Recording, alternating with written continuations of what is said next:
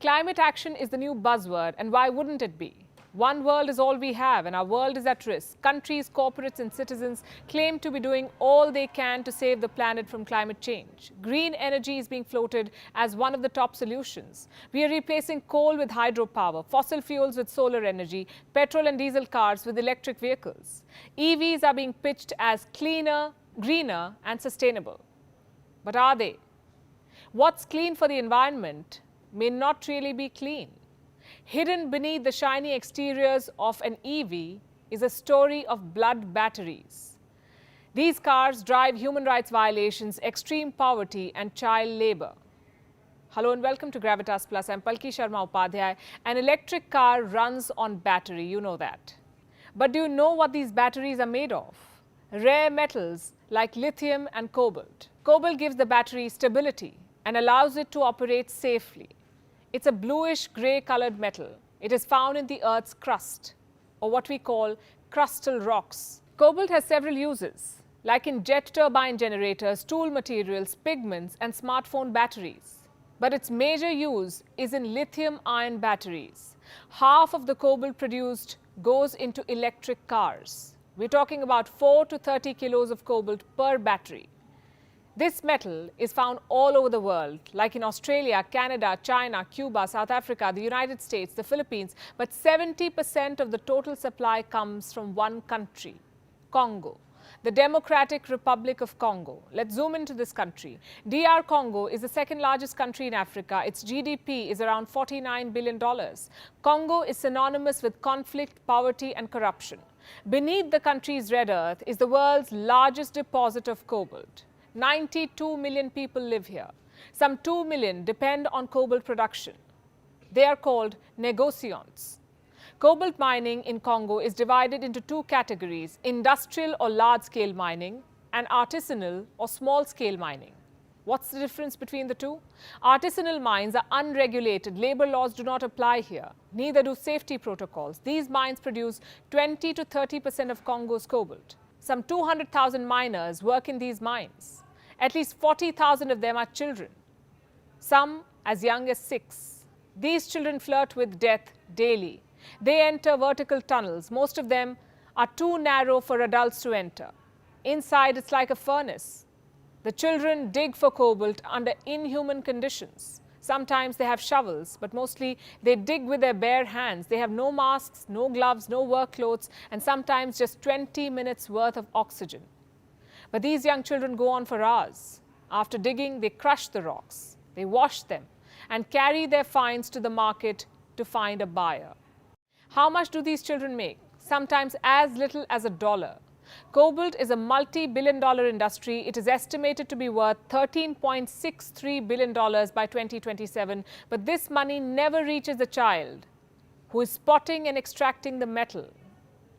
In poverty-stricken Congo, even $1 is worth risking one's life. Many die trying to make this money. ABC recently profiled a woman who lost her son to a mine-related accident. The boy was 13 years old. He told his mother he was going to the market to buy coal for her so that she could cook. Instead, the boy went to a cobalt mine to try and earn an extra buck for the house. The mine embankment collapsed. The 13-year-old never returned home. Between 2014 and 2015, at least 80 artisanal miners died in Congo. In 2019, an accident killed 43 miners. According to one estimate, 2,000 illegal miners die in Congo every year. Many suffer permanent lung damage, skin infection, and life-changing injuries. In 2019, some families from Congo filed a lawsuit. They named companies like Tesla, accused them of aiding and abetting in the death and injury of children. The lawsuit spoke about a child. He was referred to as John Doe 1. John was working as a human mule since the age of 9. He would carry bags after bags of cobalt just for $0.75 a day. One day, John fell into a tunnel. Fellow workers dragged him out of it, but they left John alone on the ground. When the child's parents found out about the accident, they rushed to the mining site. It was too late. John was paralyzed. Doctors say he will never be able to walk again. Why do children work in these high-risk mines? Because of poverty and the hope to get out of it. Families in Congo are betting big on cobalt. It's like their crypto, their chance to make it big. The metal's demand has tripled in the last decade. It is expected to double again by 2035. The demand is being driven by electric vehicles. Today, there are more than 6.5 million EVs on the road.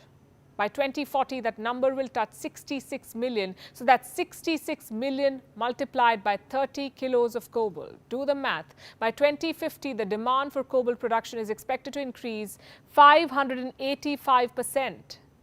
Congo's families want to ride this wave and tide over poverty. Sending their children to the mines is not a choice for them, but necessity. These children end up working as artisanal miners or informal workers. They're not employed by any company, but several companies line up to buy their finds. You see, it is cheaper to buy cobalt from a child than a regulated mine. And who understands business better than China? Most of these companies dealing in blood batteries are from China. It dominates the global supply chain of cobalt. China owns up to 50% of the metal's production. It controls around 80% of cobalt's refining. In the last 15 years, Chinese companies have bought out North American and European companies mining in Congo. Today, Chinese firms own 15 out of the 19 industrial mines in this country. In exchange for Congo's cobalt, China has promised the country billions in investment in the form of infrastructure, schools and roads. Now, Congo is another example of how stories featuring China never end well.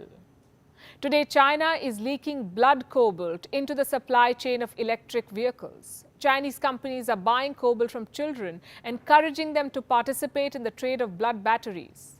One of the largest cobalt processors in Congo is a company called CDM, or Congo DONGFANG Mining.